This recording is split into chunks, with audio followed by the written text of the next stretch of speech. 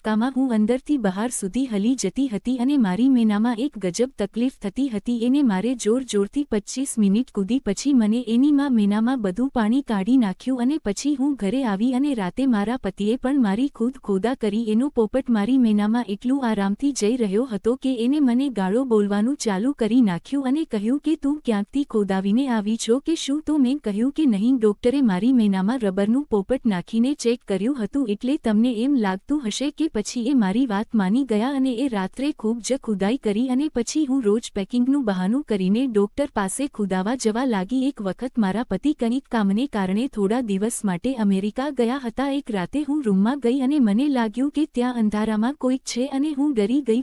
પછી મેં જોયું કે મારા બેડ પર મારો પતિ બેઠો હતો. તો મેં પૂછ્યું કે તમે ક્યારે આવ્યા? તો એ કંઈ ન બોલ્યા. એ મને પીક કરવા લાગ્યો અને પછી મને કંકોડા જેવી કરી નાખી અને એ પણ કંકોડા જેવા થઈ ગયા. પછી એને જલ્દી મારી ખુદાઈ ચાલુ કરી. ખોદતા મને મહેસૂસ થયું એનો પોપટ મારી અંદર સુધી જઈ રહ્યો હતો પણ મેં કંઈ કહ્યું નહીં અને મને લાગ્યું કે ડોક્ટર પાસે ખુદાઈને મારી મેના એકદમ ખુલી ગઈ છે એટલે તેમનો પોપટ મારી મેનાની દિવાલમાં લાગી રહ્યો હતો. પણ પછી થોડી વાર કૂદીને અને બીજી વાર ખોદીને હું પાણી મારા પડ્યું. હું સમજી ગઈ કે આ મારો પતિ નથી પણ મને હવે ખૂબ મજા આવતી હતી એટલે હું કંઈ ન બોલી અને પછી થોડી વારમાં એને મારી મેનામાં પાણી કાઢી નાખ્યું. પછી મેં પૂછ્યું કે કોણ છે તું? તો એને ઓઠ મારા ઉપર રાખી દીધા અને મારી મેનામાં એનો પોપટ નાખીને મને ફરી એકવાર કૂદવા લાગ્યું. પછી ત્રીજી વાર મેં મારી મેનામાં ગરમ પાણી છોડ્યું. તો મેં કહ્યું કે તું જે કોઈ પણ હોય એને ખૂબ જોરથી ખોલા, જોરથી ધક્કો માર, મને ખૂબ મજા આવે છે. મારા મેનાને આવો જ પોપટ જોઈતો હતો. પછી મેં મારી ગોળેને હું જ્યારે સવારે ઉઠી તો જોયું કે મારો દેર મારી ભાવમાં હતો અને એનો પોપટ મારી મેનામાં હતો. મેં એમનો પોપટ બહાર કાઢ્યો તો ખૂબ પાણી બહાર પડી ગયું. પછી હું ઉઠીને બાથરૂમમાં ભાગી અને મારી મેના સાફ કરવા લાગી તો એ પણ પાછળ બાથરૂમમાં આવી ગયો અને એને પાણી નીચે ઊભા રહીને એ બહાર ખોલ્યો. પછી એમણે નાઈને બહાર આવ્યા તો ત્યારે મારા સસરાએ અમને જોઈ લીધો અને એને મારા દિલને ખૂબ જોરથી સંભળાવ્યું અને એને ઓફિસ મોકલી નાખ્યો. પછી બપોરે જમીને હું જ્યારે સૂવા માટે મારા બેડરૂમમાં ગઈ તો મેં જોયું કે મારા સસરા પહેલેથી ત્યાં કૂકડા જેવા થઈને ઊભા હતા અને મેં જોયું કે એના પોપટ નમતા વાળતે થઈ ગયા હતા. પછી એ બોલ્યા કે આજે તું મારા પોપટની તરસ છીપાવીશ અને જો તે ના પાડી તો હું મુકેશને કહી દઈશ કે એના નાના ભાઈ સાથે શું કર્યું. મિત્રો, આ સાંભળીને હું ખૂબ ડરી ગઈ. મને કંઈ પણ ખબર પડી રહી નહોતી કે હવે શું કરવું. પણ પછી થોડીવાર વિચાર કરીને મેં તેમને ખૂબ આ કહ્યું અને તેમને પણ મને ખૂબ જોરથી કૂદી. એક બૂઢો એક વારમાં થાકી ગયો. તો આવી રીતે હું રોજ પતિ સાથે ખોદતી અને દિવસે મોકો મળે તો મારા સસરા મને ખોદતા અને મહિનામાં 2 વાર હું ચેકઅપનું બહાનું કરીને ડોક્ટર પાસે જઈને ખોદાવી. પછી જ્યારે મારા પતિ ઘરે ના હોય ત્યારે મારું દે અને ખોદું. મિત્રો, આજે મારા 3 છોકરા છે, 2 બાબા અને 1 બેબી, પણ મને હજુ ખબર નથી કે કોણ કોના છે.